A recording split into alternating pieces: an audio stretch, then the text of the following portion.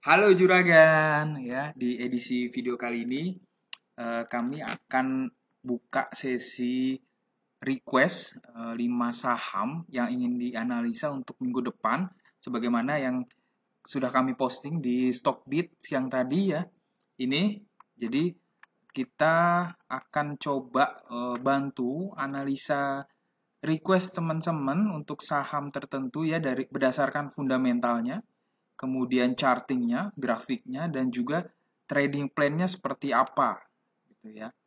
Oke, mudah-mudahan nanti bisa menjadi inspirasi. Kita langsung saja lihat request teman-teman. Ya, ada beberapa nih di sini. Pertama ada Breeze ya dari Yuda Aditya 26. Oke, kita coba quick analisis untuk saham Breeze. Jadi sekalian kami ingin sharing bagaimana sih cara menganalisa secara cepat gitu ya, tanpa melihat detail laporan keuangan untuk saham-saham yang kita ingin tradingkan. Nah, ini pertama saham Breeze, untuk lihat fundamentalnya dulu ya. Kita lihat ke menu financial di Stockbit. Nah, ini kita bisa pakai fitur ini. Nah, biasanya yang pertama kami lihat itu adalah dari sisi income statement-nya, dari sisi bottom line-nya. Ya, kita lihat Breeze bottom line-nya, profit-nya di kuartal 2 2020 itu 42 miliar. Memang kalau kita lihat pertumbuhannya secara year on year dibanding tahun lalu itu 8 kali lipat lebih ya, 8 kali lipat lebih dari 5 miliar. Ini sangat-sangat menjanjikan ya, kondisi laba perusahaan yang meningkat sebesar ini gitu ya. Dan kita lihat memang inline ya, dari total pendapatannya pun juga naik gitu ya. Nah, ini menarik karena tahun ini sebenarnya laba saham perbankan tuh akan tergerus karena ada peraturan PSHK 71 terkait penambahan cadangan kerugian ya. Cadangan kerugian penurunan nilai. Jadi setiap kredit baru yang diberikan oleh bank itu ada tambahan cadangannya yang otomatis mengurus laba. Tapi menariknya di Breeze ini justru labanya meningkat drastis gitu ya. Oke. Jadi bottom line profitnya udah oke. Kemudian kita lihat ketahanan racanya. Nah, ini biasanya yang pertama kami lihat itu dari sisi ekuitasnya dulu, apakah dia tumbuh secara konsisten ya. Nah, ini kita lihat secara kuartal. Secara at a glance saja kita bisa lihat bahwa ini tumbuh secara konsisten ya, dari kuartal 1 2019 di 5 triliun, naik ya, ini stabil sedikit, naik sampai sekarang 5,2 triliun. Nah, ini salah satu indikator yang baik ya untuk suatu perusahaan, berarti dia growth ya. Berarti dia mampu mempertahankan konsistensi performance-nya secara berkala ya, secara konsisten ya. Ya, itu bagus ya. Nah, untuk liabilitas sendiri, coba kita lihat DER-nya. Nah, ini memang kalau saham perbankan agak unik karena kalau dari sisi liabilitas itu pasti tinggi karena dia menyimpan dana pihak ketiga. Nah, ini kita bisa lihat di sini ya. Apalagi saham perbankan syariah. Nah, ini dana syirkah temporernya 27 triliun, kemudian simpanan dari bank lainnya juga tinggi. Nah, overall ini oke. Ya, dari sisi ketahanan rancanya oke. Dari sisi rasio valuasinya, PBV-nya 1,62, ini masih oke ya, masih relatif cukup rendah. PER-nya juga karena tadi earning-nya naik signifikan, otomatis dan harganya akan ikut ya, PER-nya di 36. Ya, ini secara fundamental oke. Ini termasuk saham growth stock ya. Jadi dia mampu tumbuh secara konsisten. Nah, coba sekarang kita lihat dari sisi chartingnya. Oke, chartingnya untuk indikatornya sendiri saya pakai indikator yang sederhana ya, EMA 20 dan EMA 200. EMA itu exponential moving average, jadi rata-rata harga saham di 20 hari terakhir ya, transaksi terakhir. Kalau EMA 200 berarti di 200 transaksi terakhir. EMA ini exponential moving average ya, jadi untuk rata-ratanya sendiri data terbaru untuk data terbaru itu diberikan bobot yang lebih tinggi dibanding data historis yang lebih lama. Nah, itu kelebihan EMA daripada MA ya. Jadi saya prefer pakai EMA. Nah, kemudian kita lihat pergerakannya, ternyata dia masih coba menguji support di EMA 20 ya. Sempat turun di sini, tapi dia naik lagi ya. Secara volume juga relatif masih stagnan. Ini memang kalau kita lihat perjalanannya ya, tumbuhnya dari sejak Juli itu masih di harga 300 dan sempat naik 3 kali lipat ke harga 900 itu di Agustus. Jadi hanya tempo dalam 1 sampai 2 bulan itu naiknya 3 kali lipat disertai dengan volume yang cukup meyakinkan. Nah, ini memang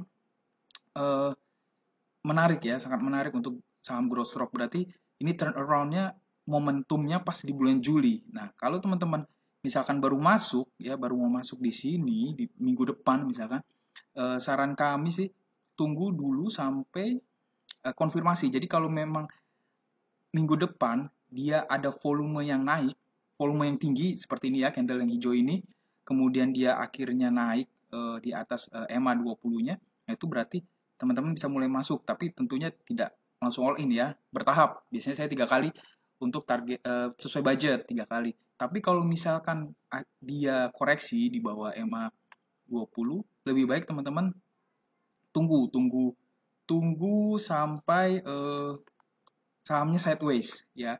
Karena kita istilahnya jangan ambil pisau jatuh gitu ya. Jangan ketika dia turun disertai dengan volume merah yang cukup tinggi, nah itu lebih baik jangan masuk dulu ya. Kita tunggu sideways dulu ya sampai sahamnya bisa kita stabil dan bisa kita collect. Nah, itu dari sisi chartingnya. Karena dari sisi RSI-nya sendiri juga belum ada golden cross ya, masih di bawah yang garis biru ini masih di bawah garis merah.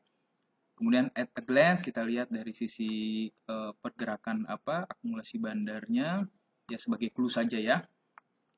Nah, ini seminggu terakhir ternyata saham ini menurut Stockbit itu big distribution ya, oleh broker IFBK itu cukup besar ya di sini. Nah, makanya lebih baik jangan langsung masuk gitu ya. Kita tunggu konfirmasi dulu kalau ada volume tinggi yang hijau yang bagus ya pembelian, nah itu baru kita bisa masuk. Tapi kalau ternyata masih turun koreksi, lebih baik kita tunggu sampai sideways. Itu cukup ya Breeze. Selanjutnya kita lihat request saham yang lain. Setelah Breeze ada Friend dari Cahya Mahendra. Kita lihat Friend ya. Ini Friend ini memang ramai dengan retail. Kalau lihat financialnya sendiri, kita lihat fundamentalnya sendiri, Friend ini seingat saya rugi ya. Bottom line profitnya rugi ya. Coba kita lihat income statementnya. Nah ya, kuartal 1 rugi, kuartal 2 dia sudah profit ya. Tapi secara annualize ini masih rugi ya. Ini kalau saham rugi sendiri ini bukan termasuk watchlist stok pilihan juragan saham ya. Kalau pilihan juragan saham itu semuanya harus fundamentalnya bagus dan harganya juga bagus. Dalam artian lagi koreksi, makanya kita pasti probability cuannya lebih besar. Nah, kalau saham-saham rugi ini seperti Friend ini ya mungkin untuk scalping ya, trading itu juga sebenarnya agak berisiko sih ya. Jadi not recommended untuk kami ya, dari kami untuk masuk ya. Coba kita lihat dari sisi neracanya sendiri.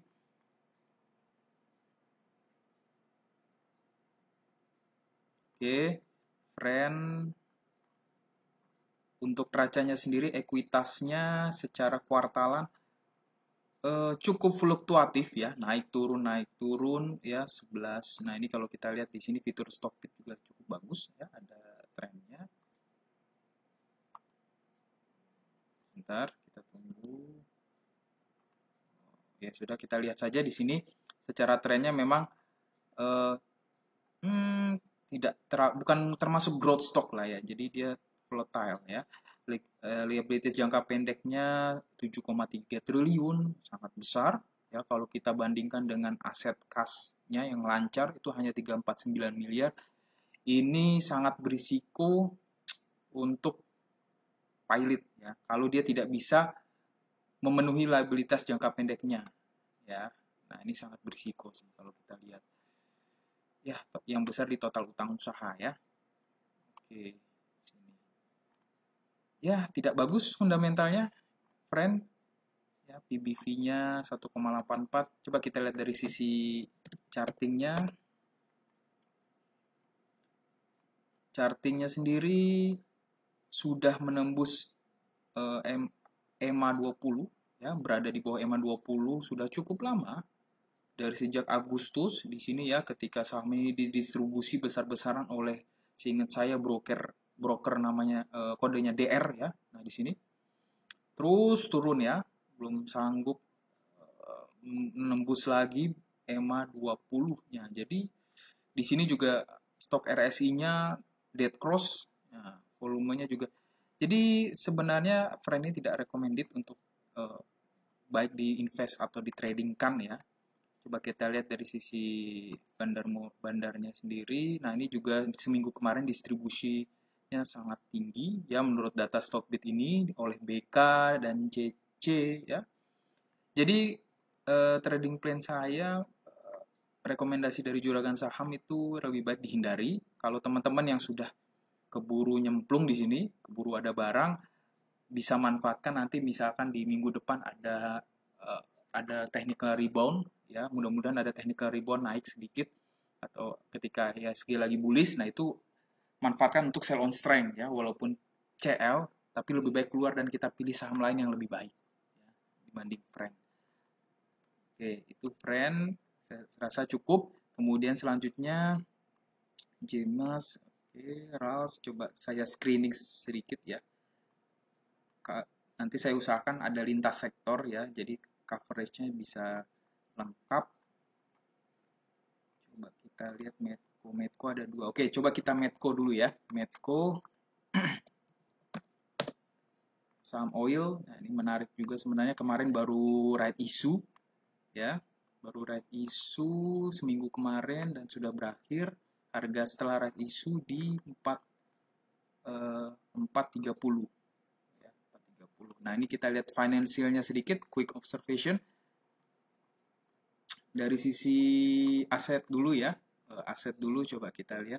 Ekuitasnya secara kuartalan memang fluktuatif ya, tidak menunjukkan growth yang konsisten, jadi ini bukan growth stock. Kemudian asetnya 31 triliun, meningkat cukup tinggi, cuman kita lihat. Nah, menariknya nih, ini baru posisi kuartal 1 2020 ya. Harusnya kan sudah kuartal 2. Nah, ini memang jadi pertanyaan juga, kenapa Medco terlambat gitu untuk submit ke bursa laporan yang terbaru. Nah, ini bukan indikasi yang bagus juga. Ya.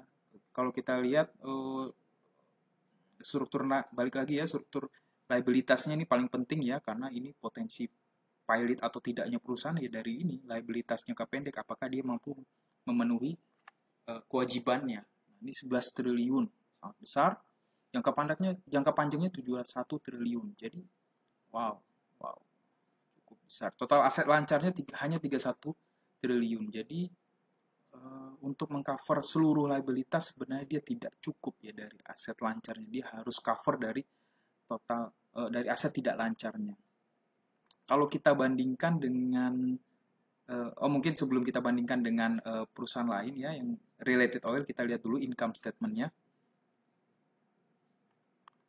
Oke, kita tunggu sebentar. Oke, nah ini ternyata labanya minus Medco ya, minus. Jadi oke, 3 kuartal ke belakang itu minus. Ini kalau kami lihat minus ini udah sebenarnya dari sisi fundamental udah malas untuk meneruskan gitu ya, karena mungkin untuk trading bisa sih memanfaatkan sentimen-sentimen yang muncul di beberapa hari tertentu. Misalkan kayak minggu lalu kan ada oil naik ya, dari harga kalau nggak salah naik ke 43 itu naiknya lumayan ya seminggu kemarin karena memang harga oil udah disupport sekali di kisaran support. Jadi ketika naik mungkin kita bisa manfaatkan di situ untuk swing tradingnya. Tapi kalau untuk invest jangka panjang rasanya agak sulit untuk masuk kriteria watchlist kami ini ya. Oke, kita coba bandingkan dengan misalkan ya dengan Elsa. Elsa ini kan related oil juga dan anak usahanya Pertamina. Nah, coba kita lihat sedikit saja Elsa. Kalau teman-teman misalkan mau ambil saham related oil, nah ini lebih baik sebenarnya. Kalau kalau teman-teman mau ambil related oil, ini lebih baik untuk diambil Elsa ya. Pertama labanya masih positif gitu ya. Walaupun secara kuartal ya tidak tumbuh, tapi at least dia masih profit lah gitu ya. Pendapatannya memang ya ini dampak Covid juga ya. Tapi bottom line-nya masih oke. Kalau kita lihat balance sheet-nya ya dari sisi ekuitas dan kemudian dari sisi liabilities-nya. Nah, jadi teman-teman harus lihat pertumbuhannya. Nah, ini kita lihat sekilas saja nih ya, quick observation aja. Nah, tumbuh konsisten beda dengan Medco tadi. Medco tadi kan agak fluktuatif. Nah, ini menarik juga Elsa nih untuk dikolek. Ya, mungkin saya akan masukkan watchlist juga Elsa ini ya. Nah, untuk liabilitasnya sendiri 2,5 triliun ya jangka pendeknya.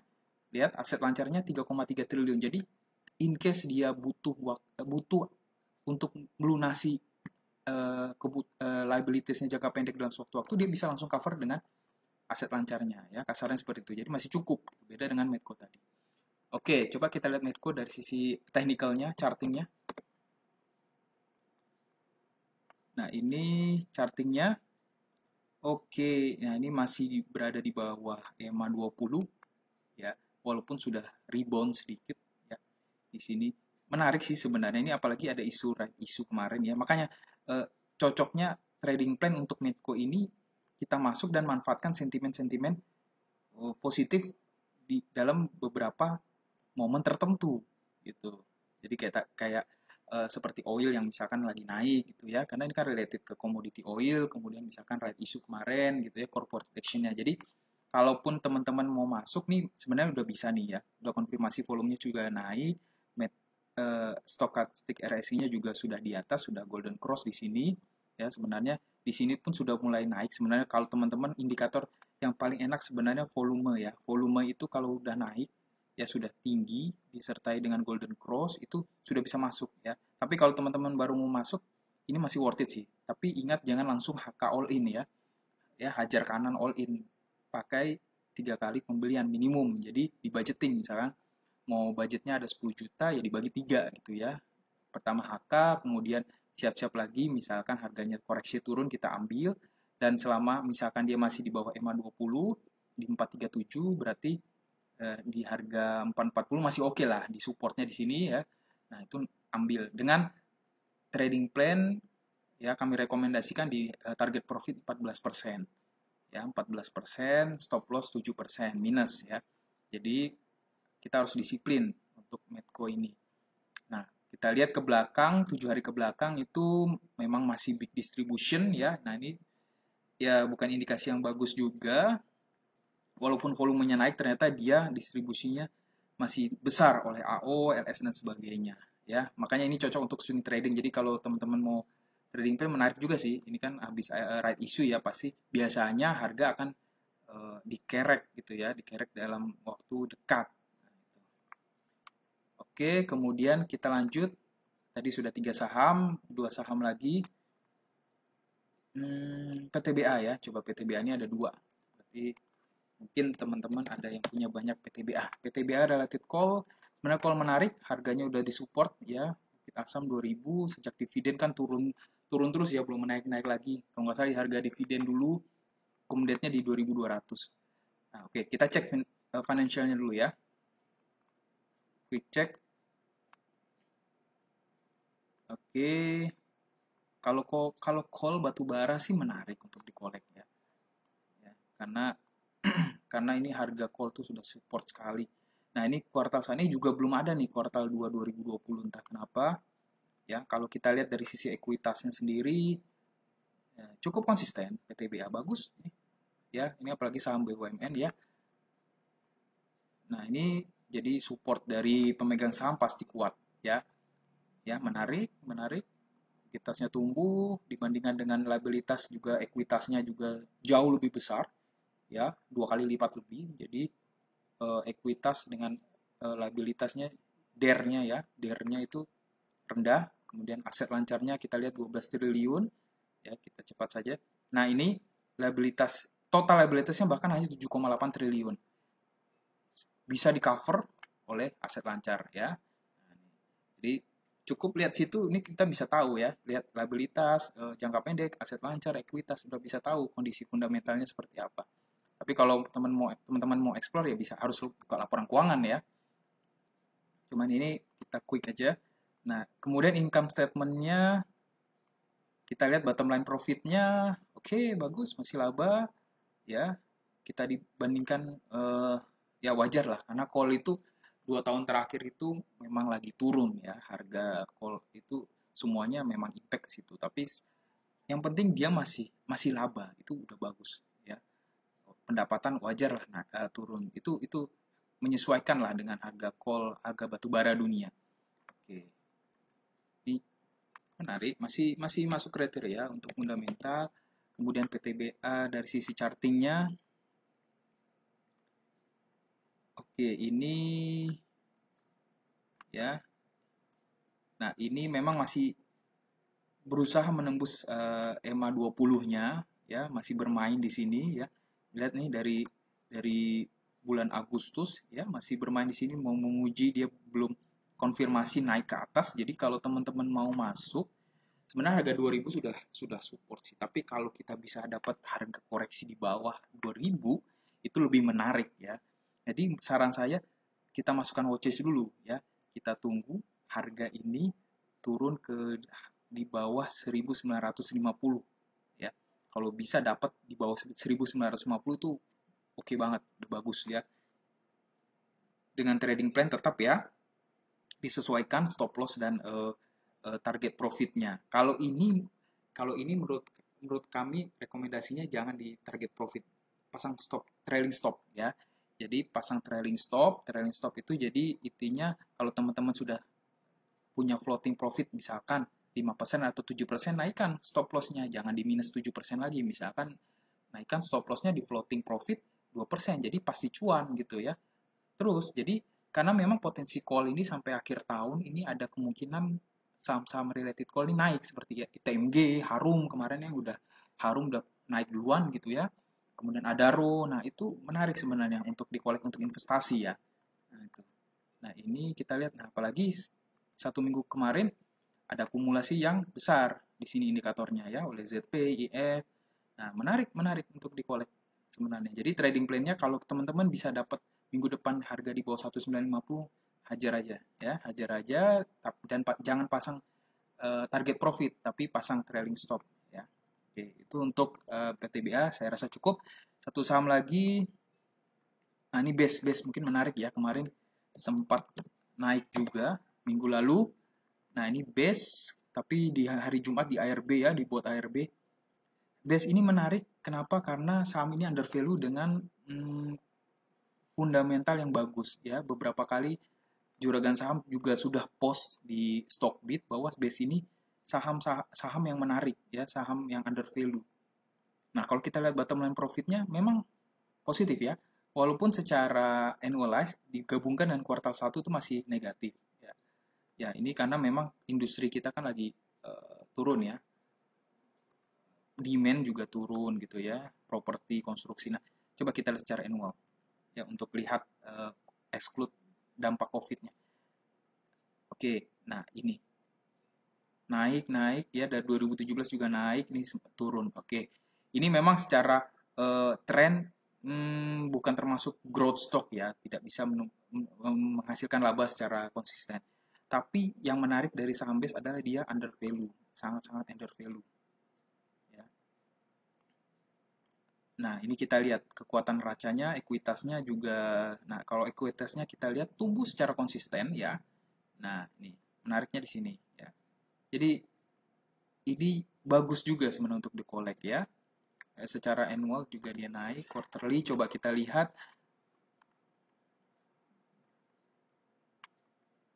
Oke, sebentar. Oke, quarterly. Kita lihat dari liabilitas jangka pendeknya ya 195 miliar, kecil sekali ini. Total aset lancarnya 2,5 triliun. Nah, jadi sangat-sangat liquid untuk bisa memenuhi kewajiban jangka pendeknya hanya 195 triliun. Even mau memenuhi semua liabilitas saat itu ya, misalkan besok 1,9 triliun itu dia bisa ya dengan aset lancarnya ya. Nah, itu ekuitasnya pun jauh lebih tinggi dibanding liabilitasnya, DER-nya ya. Sekitar 2 triliun kita genapkan itu hanya berarti 2 bagi 4 sekitar setengah 0,5 DER-nya. Rendah ya. PBV-nya sendiri terakhir itu ya waktu kita lihat itu 0,3. Rendah sekali.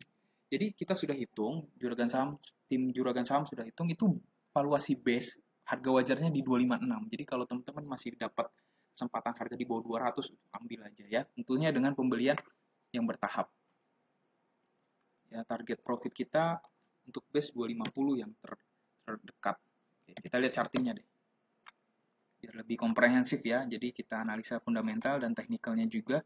Nah, ini menarik kan? Dia sudah break EMA 200 ya sejak 27 Agustus 2020. Ini harga masih 125.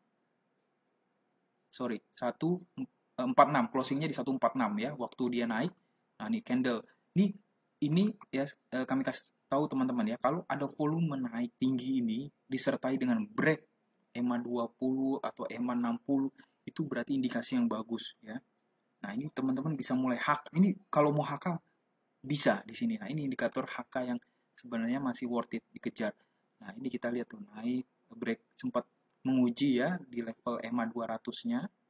Akhirnya kemarin di tanggal 16 September itu naik ya, naik tinggi closing di 173, kemudian besoknya closing di 194 dan sempat juga nih di atas level 200 walaupun di hari Jumat dibuat ARB. Nah, ini sebenarnya kesempatan untuk koleksi saat lagi di ARB koreksi ya.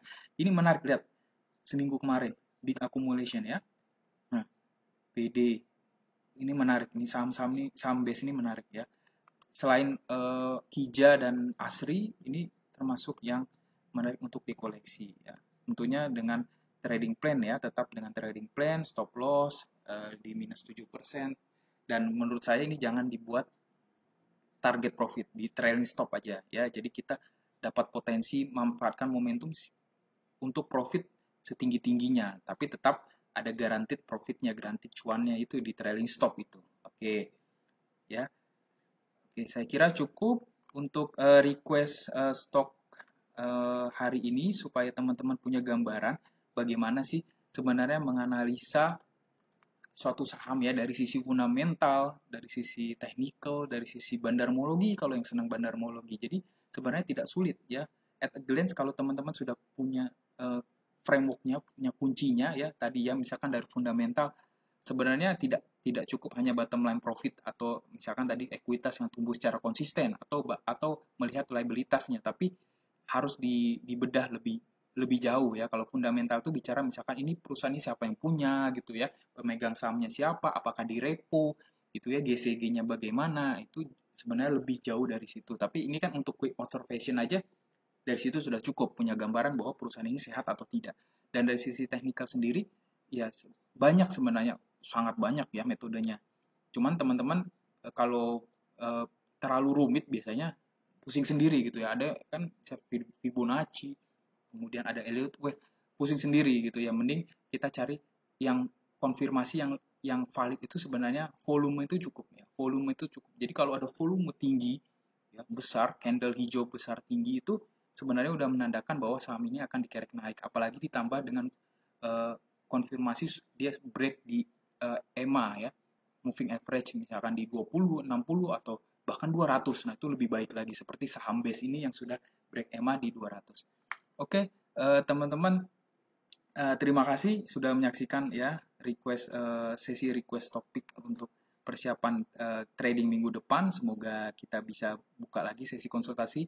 Kita rutinkan ya setiap minggu supaya bisa menambah pengetahuan teman-teman khususnya yang baru mulai terjun di dunia saham ya. Oke, jangan lupa subscribe, like, dan diskusi. Kalau ingin diskusi bisa komen di bawah. Oke, terima kasih. See you. Salam juragan.